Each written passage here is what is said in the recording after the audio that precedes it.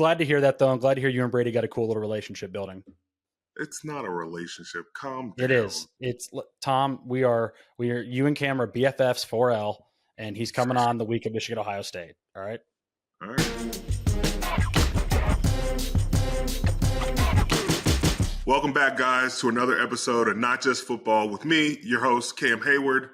I'm excited this week. We finally got a win. It's been a while, but we get to dive right into it with my producer and longtime friend, Hayden Walsh. How you feeling this week? Good. Much better than the last 3 weeks or 4 weeks or whatever it's been. Really excited to hear how you saw the game and just happy that you're in a much better mood today after a win. Yeah, I am not a great person to be around after losing these games. I take these things very personal, and my kids and my wife can attest to that.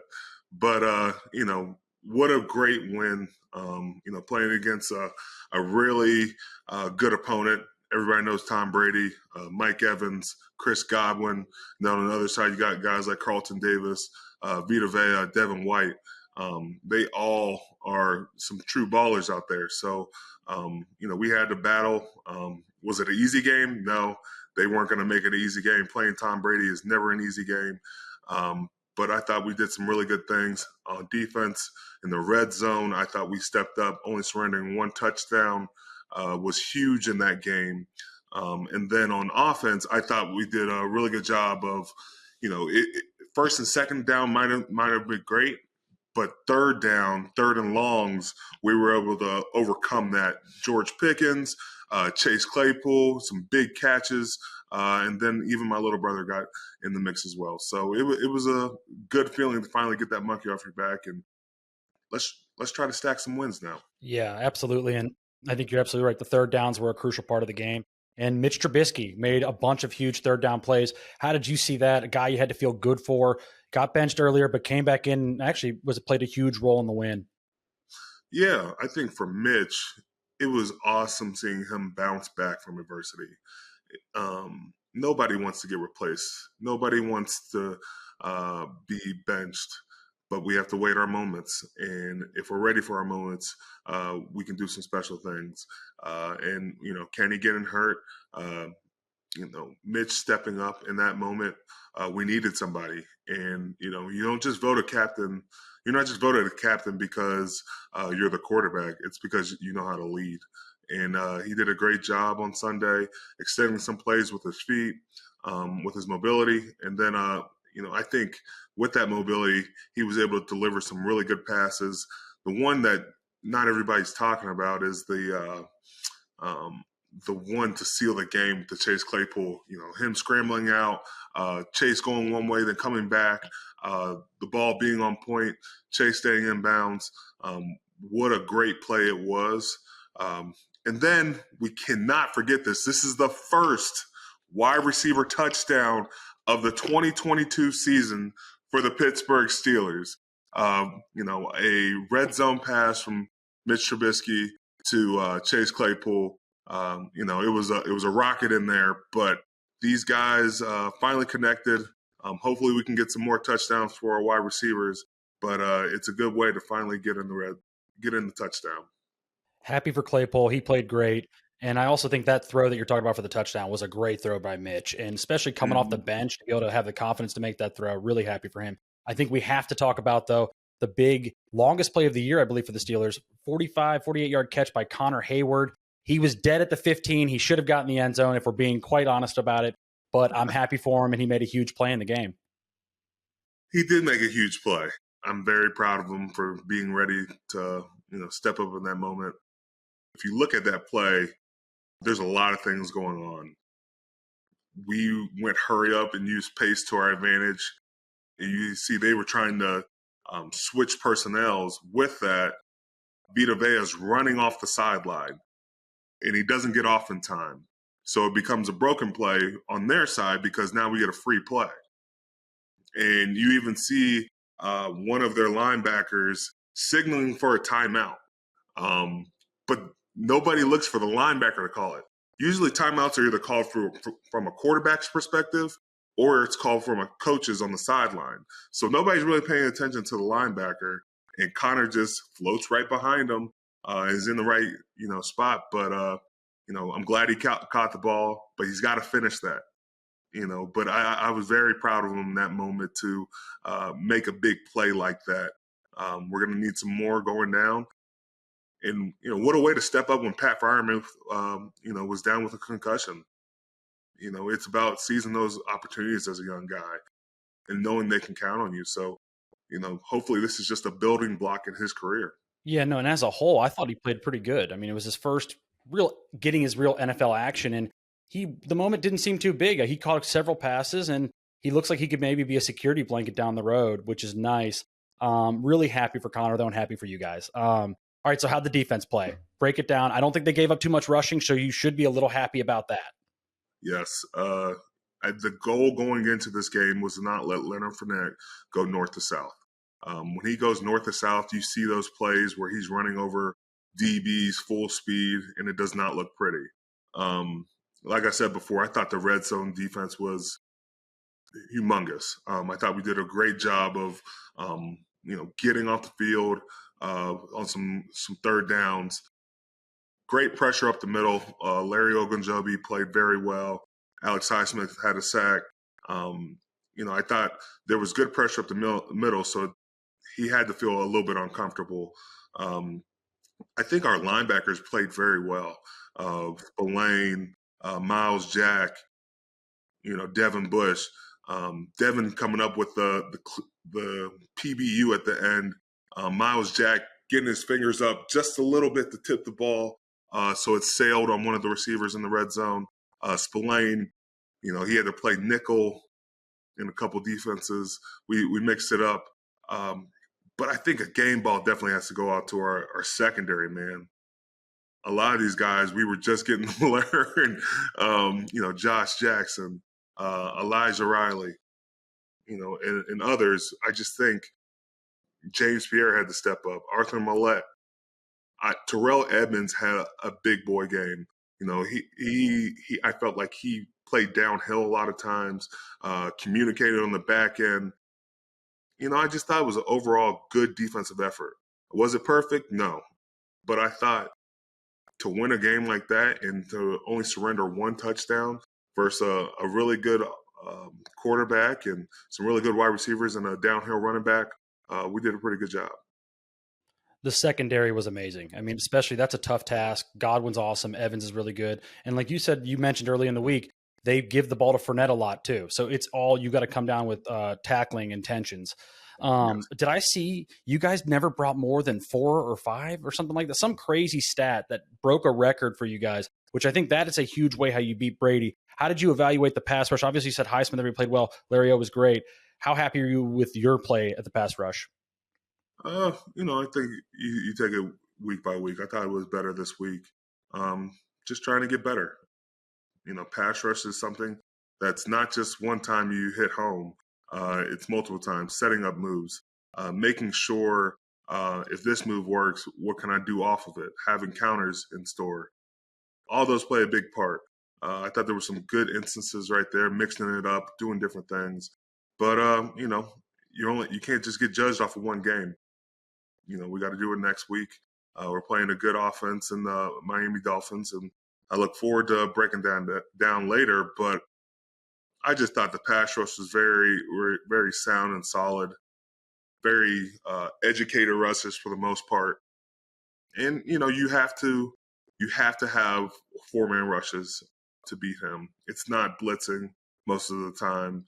I think when we were watching the sack reel, during our film study, there was only one time we saw where they had a blitz that they had a blitz used against them that hit home for a sack. So most of the times you're getting home with 4 or 3 and mixing it up that way.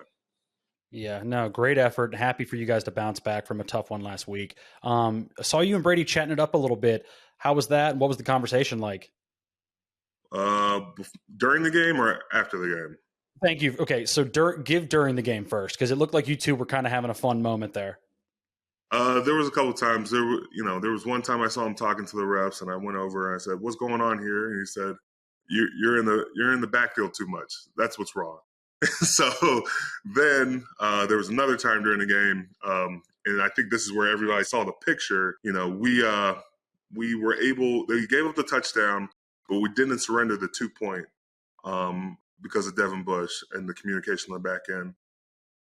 And I see Brady start to, jaw with the refs, and he's trying to get closer. And I'm like, nah, you're not talking to the refs. We're not doing that. This isn't going to be a thing where y'all keep going back and forth. So I just stood my ground, just, boxed out, used some of my offensive, use some of my defensive basketball drills. So I walled him off right there. And then after the game, we were just, I've always been appreciative of his game. He's a heck of a competitor. He's the GOAT. Like, I don't think there's anybody that's done what he's done in our league.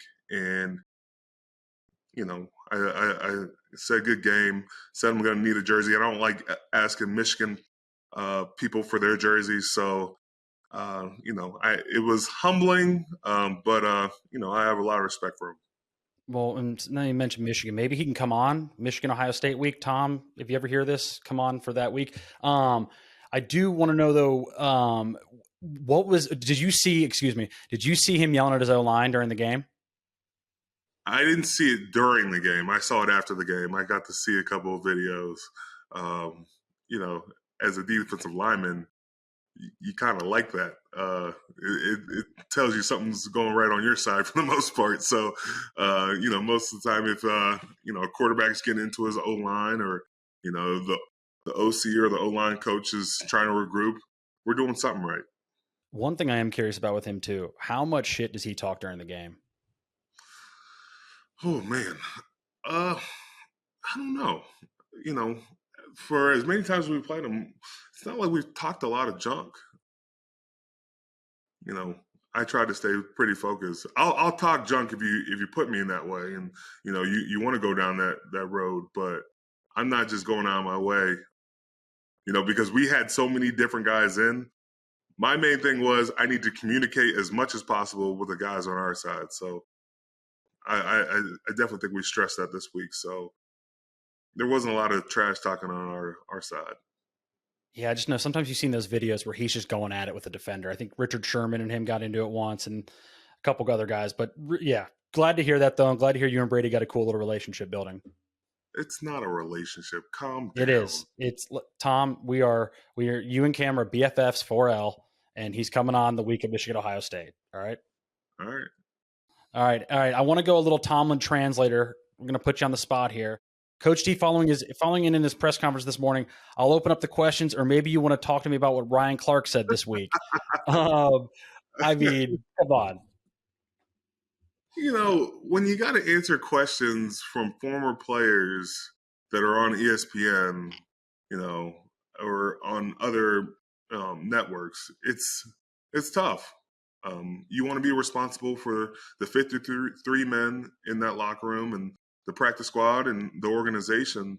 But when you have to answer questions about other stuff, it just becomes besides the point. Because nobody's going to win if you're talking about a guy that, did play and what he said. That's pointless. Like, guys, we all want to win. And if I have to answer questions about what another man said that's not in this locker room, what are we doing here? No, I think it's funny too. I mean, I also understand why people want to ask about Ryan Clark because he's been so close to Tomlin and the team. So I understand. I just thought that quote was funny, and I think we're going to continue playing Tomlin translator as the year goes on because the guy is a great quote. So, well, I want to know who really asked about Ryan's comments the first time. Like, you really think you were going to get a straight answer from Mike T after that? Like, like you're only setting yourself up you're giving them bullets at that point. Well, and I like that, though. I like that he uses it against the media. I mean, that's why we need Tomlin translator every week. I mean, the guy is gold. So, okay, Cam, and I got one more Tomlin translator I want to go into. He was asked today about the truth of a report between Deontay Johnson and Mitchell Trubisky yelling at each other at halftime of the Jets game. And did that contribute to his benching and Kenny playing? I'm not asking you to comment on that. I'm asking you to rate his response and tell me how you like it as your coach talking like this. If it were, do you think I would share that with you in this environment? Probably not.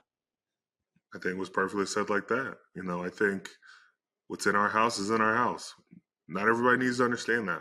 And, Coach T, he owns it. He makes us all feel that what stays in our locker room stays in our locker room. There's other reports. We don't need to comment on that. Like, that's whoever was there deals with it.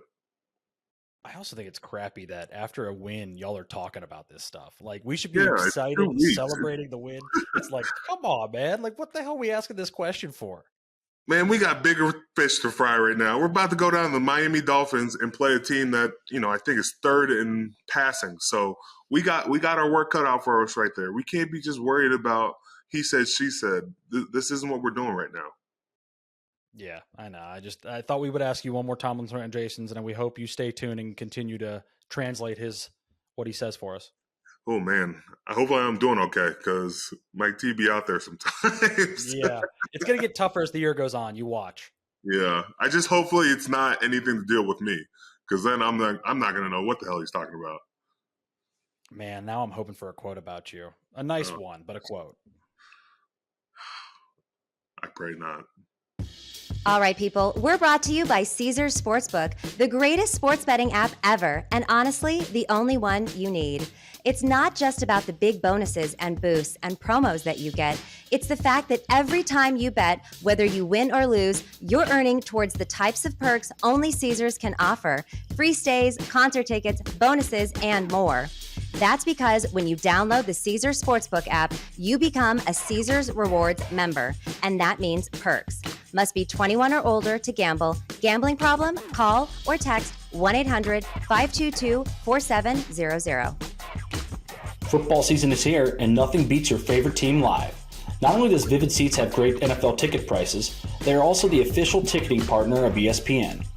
And with Vivid Seats Rewards, when you buy 10 tickets, you get the 11th free. Download the app or visit vividseats.com today. Vivid Seats, life happens live. Receive a reward credit equal to the average price of 10 tickets purchased, excluding taxes, fees, and processing costs. See vividseats.com/rewards for terms and conditions. Let's move to Thursday Night Football. We got Saints Cardinals. Who you got in that matchup? And obviously the Cardinals just got a new addition in Robbie Anderson, who we can talk about him in a minute. I don't know who's going to start at quarterback this week. Is it going to be Dalton? Is it going to be Jameis?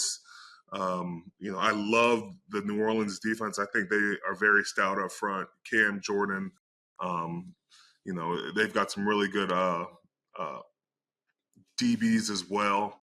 But it's going to come down to the quarterback position. If they have good quarterback play, and I think they had pretty good quarterback play with Andy Dalton last week. But didn't I hear that Call of Duty got released last week, and so that was the reason why Kyler Murray struggled. No, I'm just kidding. But it should be a fun week. I'm not a big fan of Thursday night games because, man, guys are already beat up from Sunday. But it should be interesting. Yeah, they're just not very good games. I just don't think teams have enough time to game plan and recover to make them good games. The Kyler Murray thing is funny because I think Call of Duty did get released last week, so he's going to have to play well this week to crush that narrative.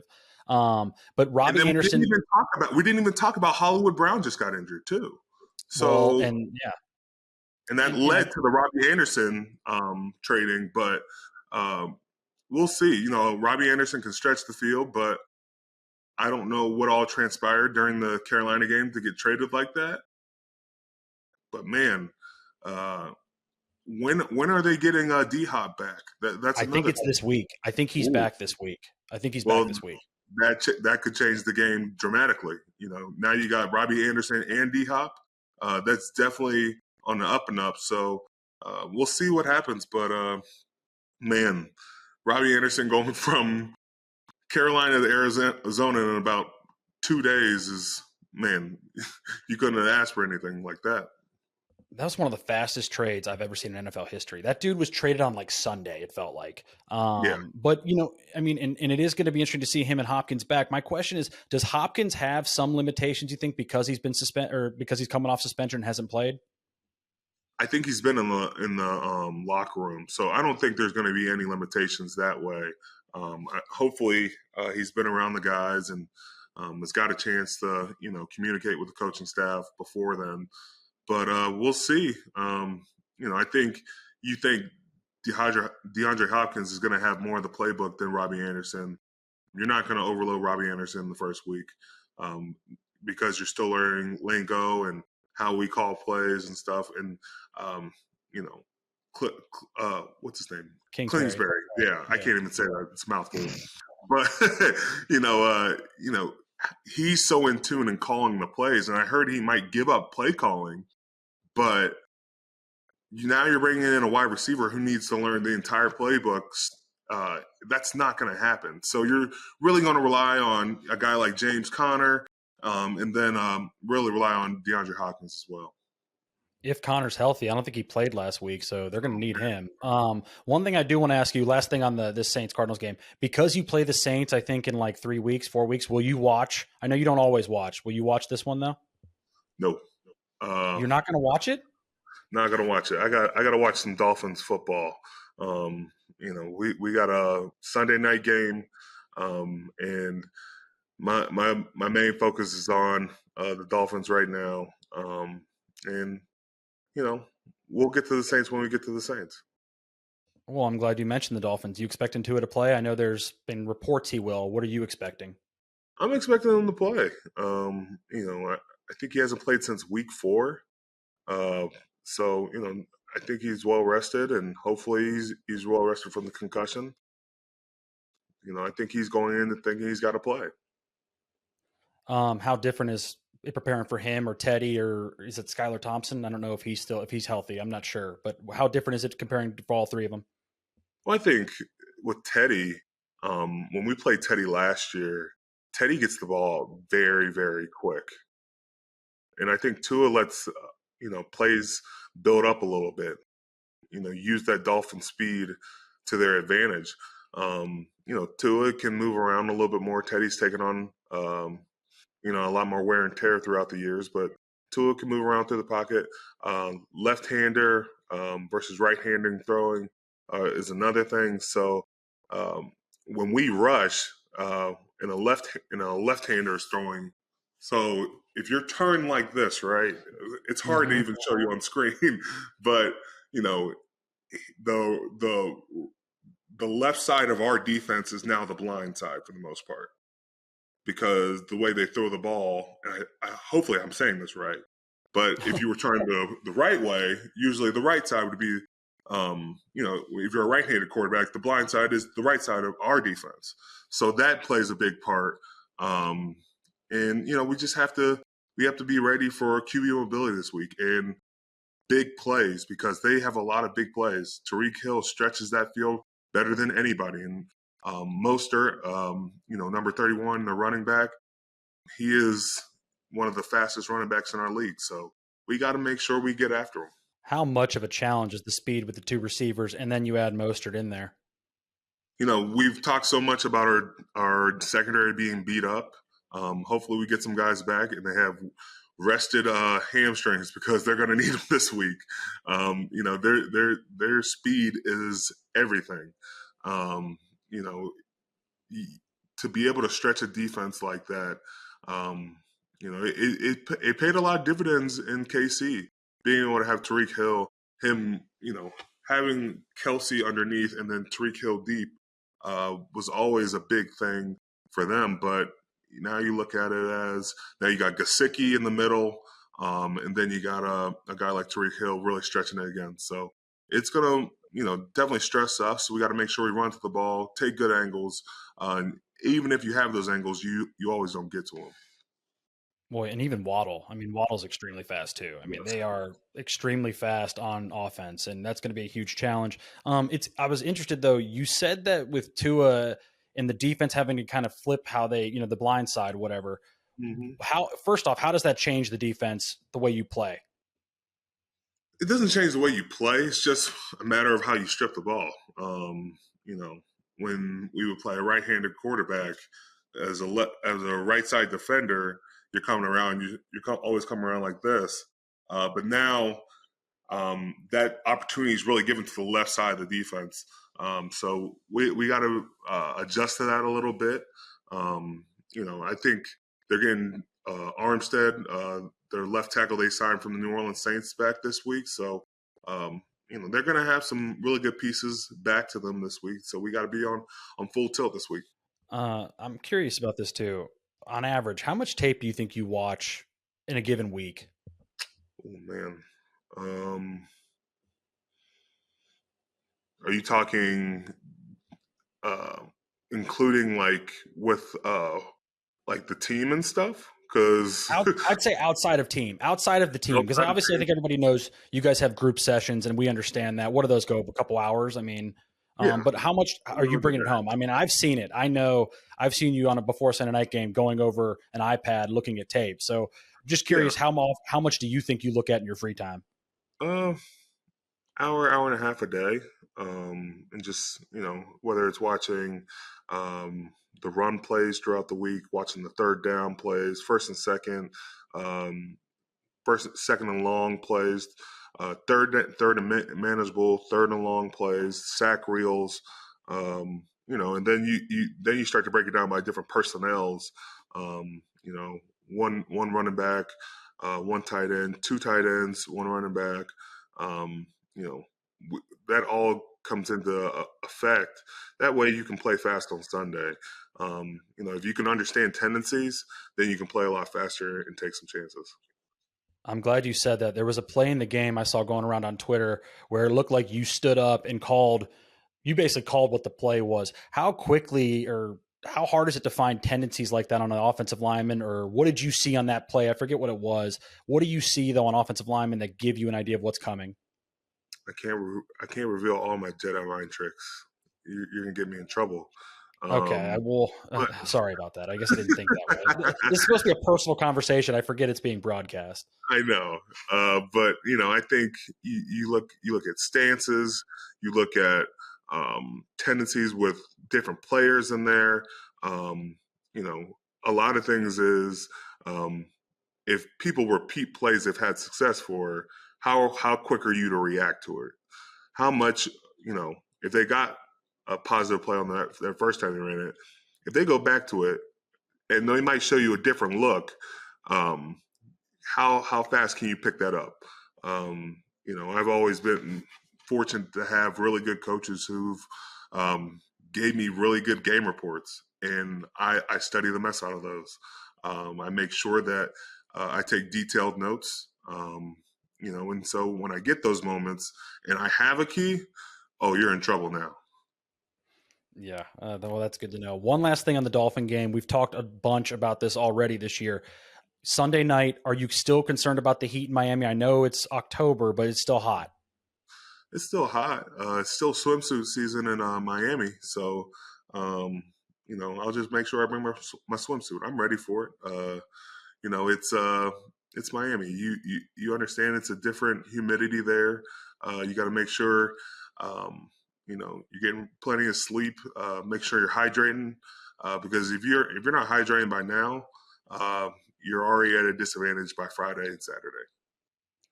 I was going to say, is this a week you maybe drink a little extra water? A lot of extra water. My liquid death. I get after it.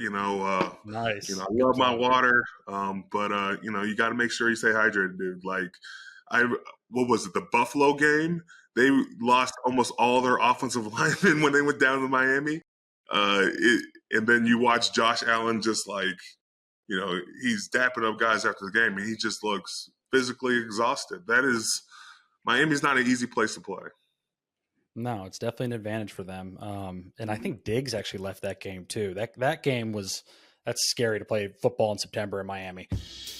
Lions, Tigers, and tailgates. Oh my. The college football season is always a great time of year. Besides the jerseys, the face paint, and foam fingers, there's the food. And nothing gets you more fired up for game day than Eckrich smoked sausage. They are naturally hardwood smoked and have the perfect blend of spices. From buffalo sausage dip to sausage chili mac and cheese, Eckrich smoked sausage is a quick way to bring flavor to your tailgate meals. Visit Eckrich.com for easy, one-of-a-kind sausage recipes. Eckrich, you do you. All right, let's move on to what I think is probably the biggest story of the weekend. Alabama losing in Knoxville this week in an absolute shootout. Did you get to watch that at least? I watched a little bit of it. I think I turned it off at halftime, and I was like, Tennessee's got it. But Bama stormed back. You don't really see that many times where a Bama defense gives up that many points. That was very concerning. I know Tennessee's offense can light it up. Hendon Hooker throws the best deep ball in college football right now. And he's probably on his way to a Heisman other than C.J. Stroud having a chance to say something different. But, we'll see. This is, can Bama bounce back? And Tennessee's still got some really good quality opponents to go after. But, you could have in the SEC, you could have Tennessee with one loss. Georgia could win the SEC outright in the regular season, then lose to Bama in the conference championship, and then you could have a one-loss Ole Miss team. Mm-hmm. Nobody's even talking about Ole Miss. The fact that Ole Miss is 7-0 right now is pretty surprising. No, and they get Bama at home this year. And their defense has been a lot better. And if you give Lane Kiffin a defense, man, they've got a shot to beat anybody. You're right. That's a scary thought, I think, for the college football playoff, because what do you do in that situation? Because what if you have a one-loss Michigan or a one-loss Ohio State sitting there too, and the other wins the Big Ten? It's going to be, and then what if Clemson's undefeated? It gets really interesting. It's exciting though, man. There's a lot of teams in it, and you're absolutely right. Bama defenses don't give up that many points. I think the last time he did it was Joe Burrow, but that's arguably one of the greatest offenses we've ever seen in college football. Mm-hmm. Yeah. I'll say one thing. I'm not sold on Clemson just yet. And so we'll see when Clemson gets there, but there are some really good opponents in the SEC and Big Ten that, as of right now, look like they're on a collision course for the college playoff. Yeah, and I think USC probably should have won that game in Utah last week, which would have kept them in it. But if they went out, you never know. All right, well, let's move on to your boys. They're a 29-point favorite at home. That's from Caesar Sportsbook against Iowa this year. Michigan beat Iowa in Iowa. I think Ohio State runs away with this. How are you seeing it? Is it in Iowa or at Ohio State? It's in Columbus, I think. I think we do cover. It's never easy playing an Iowa team because they're always coached very well. But, scale of 1 to 10 of worry, I don't know if there's really a worry, maybe 3 or 4. But, you always want to respect the opponent. You never want to look over. We probably are getting some guys back healthy this week coming off a bye, though. Iowa always has a good defense and good special teams. Their offense this year is one of the worst in the country. They can't move the ball. I don't see how they'll be able to even keep up with Ohio State. It's going to be ugly. It really is. And like I said, I don't think the Big Ten is very deep outside of Michigan and Ohio State. And I think you guys win big this week, real big. Got to stay healthy, man. That's half the battle. It is. That's why I'm like, I don't think y'all will bring back everybody this week. You don't need to. Anybody who's hurt, I would just rest them until a real opponent comes up. All right, well, let's move on. Not just football. Sorry, Iowa. I don't mean to be disrespectful, but let's be real here. Not just football. We're going to go a little not just football topics here. The NBA season starts tonight, Tuesday. Big game at 10 o'clock tonight, Lakers-Warriors. I know you'll watch that. Man, this past my bedtime. I got to get some rest. I got to get ready for the Dolphins, man. You can't be having me stay up too late. But, man, what happened to the games where – the West Coast games were at like 9 o'clock. Now they got to be like at 10:30. I can't do that. But I do think this is a really good game. Lakers at Warriors. So many different storylines. Obviously, you'll talk about Anthony Davis. Is he ready? Is he healthy? What's going to happen with Russ? LeBron going into his 20th season. And then on the flip side, you got the Warriors. Can they repeat? Is Clay back to being Clay? Jordan Poole just signed a new deal. Wiggins just signed a new deal. Draymond just punched somebody. So now, is he about to lose that deal? So all these things come into place. And, we're treated to this. And, it should be interesting going forward. Yeah, you just named every storyline possible there. Nice job. All right, well, let's just break it down with this before we get into anything else about the Warriors. But Mhm. who wins tonight? I'm going Lakers. I'm going Lakers. So they spoil the ring ceremony. Yes, I think there's going to be a level of defense that we haven't seen from the Lakers in a little bit. You got guys like Lonnie Walker, Pat Bev. I think Thomas Bryant, one of the big men. I didn't know they had him actually. Yeah, I've been doing some homework, but we're counting on some younger guys, but I think LeBron's going to be sound. I know we don't have Schroeder back yet; he just had surgery, but hopefully we can mix it up. Maybe Russ runs with the second team a little bit, so he can spread the floor out a little bit more. So. But AD's got to be the main feature this year. I think that's where your bread and butter is. AD is, 29 years old? He's got to be the guy that, steers the ship if they want to have a chance of winning the championship this year. I'm just concerned about the lack of shooting. I don't know they have enough shooting to beat Golden State. I'd probably go Warriors tonight. They're going to have a fun night on the ring night. So I'll go Warriors. We'll go head-to-head on that one. You obviously mentioned the Draymond drama there. Poole signed his extension. Wiggins got his extension as well.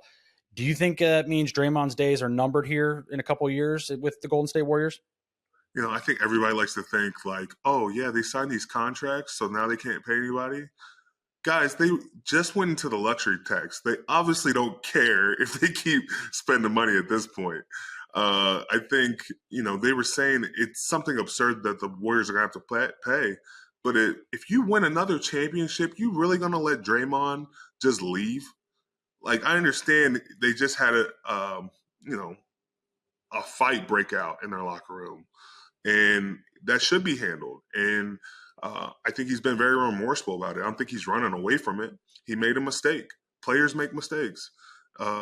It's human nature.